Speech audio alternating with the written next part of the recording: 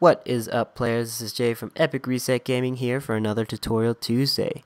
This Tuesday we are releasing episode 3 of our Final Fantasy XIV Online class Crossbar setup series.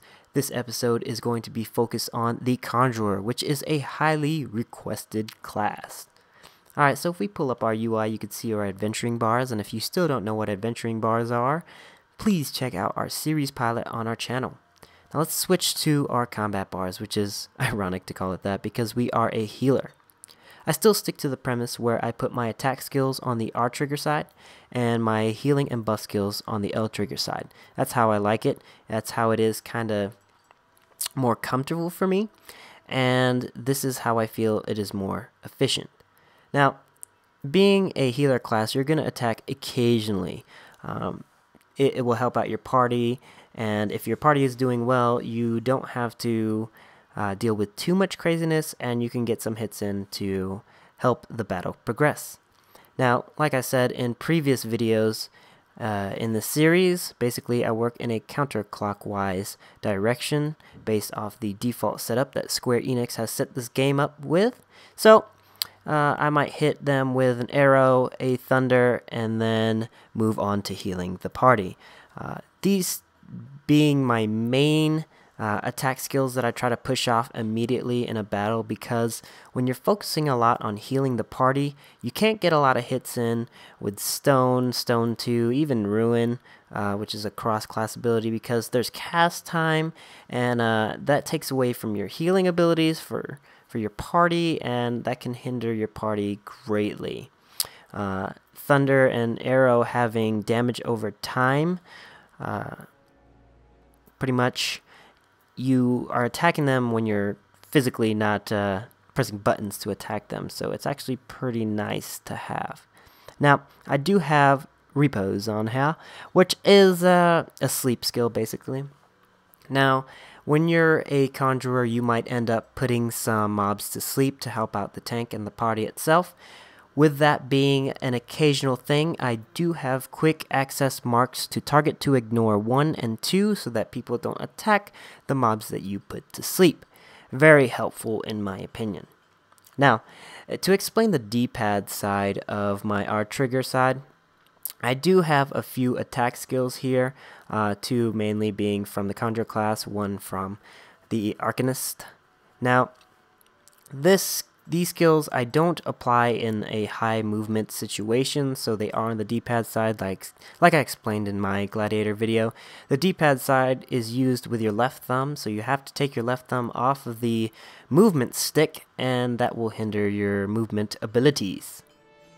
Now, there is Fluid Aura, which is a skill that it's very controversial in my opinion, because it can help you if there's crap like attacking you, but in a sense, if the tank is trying to pull it back to them or running to it or anything like that, if you blow it away, he has to go chase it, and I don't know, I just don't use that skill too often, but I do have it here. Alright, now moving on to the L trigger side, I do have Surecast, which I use occasionally. Protect, because I don't use the L2 and triangle skill often, I'll usually hit protect at the beginning of a dungeon run or party instance, and then move on to just using the L trigger and D-pad side. This is where basically all my healing and party healing stuff will be. Asuna, Medica, Cure, Raise. These are going to be the skills that you're going to be using to heal your party, and mainly you're going to be doing that when you're not moving, because they have cast times, and if you move, it'll be interrupted.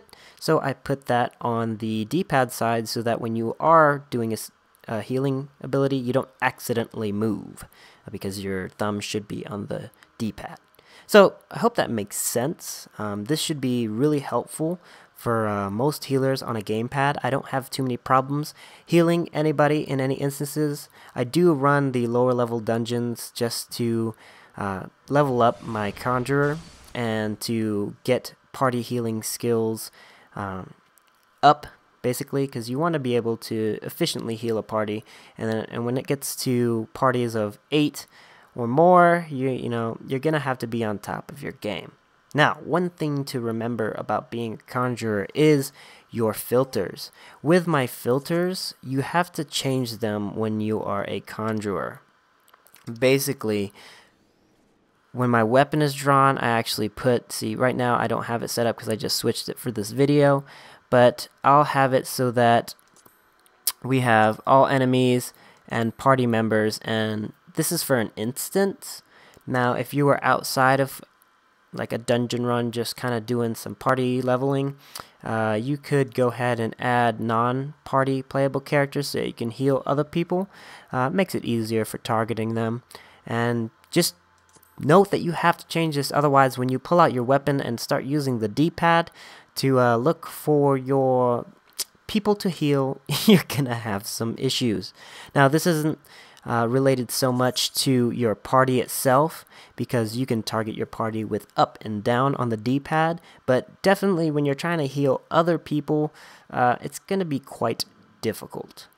So this rolls out the end of the Conjurer class Crossbar series, and I hope this is going to help a lot of you on the gamepad with your healing abilities. It's actually a pretty fun class to play. Not really my style, because I feel like I'm sitting back from the action too much, but it is definitely a fun class to play. And for all you healers out there, I hope this helps you set up your crossbar for maximum efficiency. Keep up with the channel for future healing class crossbar setups in Season 2 and more tutorial videos to come. This is Jay with Epic Reset Gaming, reminding you that if you like this video, be sure to hit that like and favorite button, subscribe to our channel, and until next time guys, this is Jay with Epic Reset Gaming. You guys play hard, and peace.